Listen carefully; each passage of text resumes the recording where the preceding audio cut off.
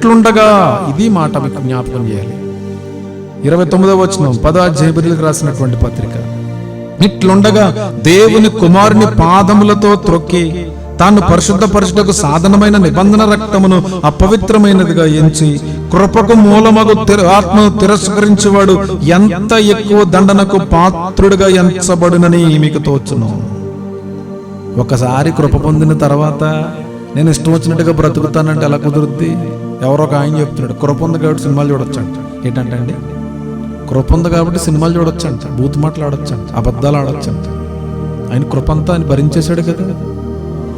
మన మీద ఇంకా పాపం లేదు, మనం ఏదైనా జీవించవచ్చు, ఎలాగైనా బ్రతికేయచ్చు. ఈ వాక్యం తెలియదు అనుకుంటా ప్రబుద్ధుడికి. కృప ఉంది కదా అని చెప్పి ఇష్టానుసారంగా మాట్లాడడానికి లేదు. కృప అంటే ఏంటి? యేసుక్రీస్తు యొక్క వ్యక్తిత్వాన్ని కలిగి ఉండడం, యేసుక్రీస్తు యొక్క ఆలోచన విధానంలో నడవటం. పాత నిబంధన కాలంలో ఎవరైనా తప్పు చేస్తే ఏం చేశారు? 2-3 సాక్షులు కనుకరింపకుండా వారిని చంపేస్తారు. చంపేయడం ఏకంగా. ఎవరైనా విచారణ చేశారనుకోండి, పట్టబడ్డారనుకోవాలి రెడ్ హ్యాండెడ్గా, రాళ్ళతో కొట్టి చంపేయడమే. రాళ్ళతో కొట్టి చంపేయడమే ఏ పాపానికైనా, ఆ సమస్య లేదు. కానీ ఇట్లుండగా దేవుని కుమారుని పాదములతో త్రొక్కి తాను పరిశుద్ధపరచుటకు సాధనమైన నిబంధన రక్తమును అపవిత్రమైనదిగా ఎంచి, యేసుక్రీస్తు ప్రభువారి యొక్క రక్తాన్ని అపవిత్రమైనదిగా ఎంచకూడదు మనం. కొంతమంది ఎందుకు తీసుకుంటారో తెలియదు బల్ల, తెలుసా మీకు?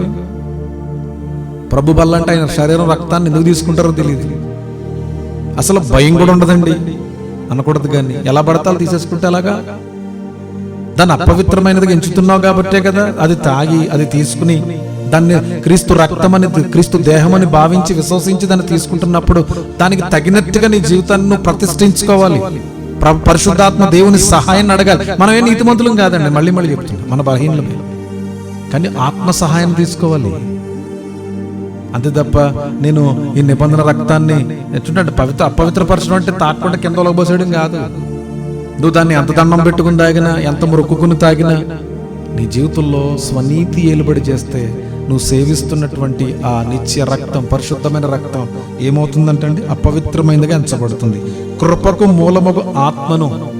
కృపకు మూలమగు దేవుని ఆత్మను తిరస్కరించినటువంటి వాడు ఎంత దండనకు పాత్రుడవునో మీరు ఒకసారి ఆలోచించండి. మీకే తోచును.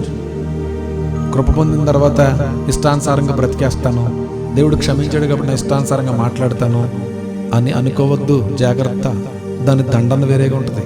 అందుకనే అంటున్నాడు, సత్యమును కూర్చుని అనుభవ జ్ఞానము పొందిన తర్వాత బుద్ధిపూర్వకంగా పాపము చేస్తే వారి నిమిత్తం మీకు బలి లేదు.